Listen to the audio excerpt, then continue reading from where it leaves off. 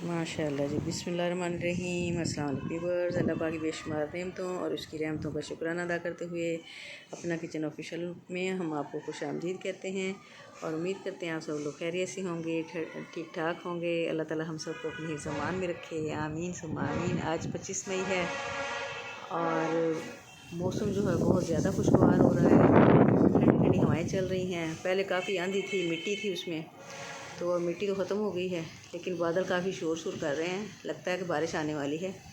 तो बारिश से पहले खूब ठंडी ठंडी हवाएं चल रही हैं, बहुत मज़ा आ रहा है, बहुत अच्छा लग रहा है। तो सोचा आपको भी जो है वो इस अच्छे मौसम में इंजॉय करवाऊँ अपनी वीडियो के ज़रिए।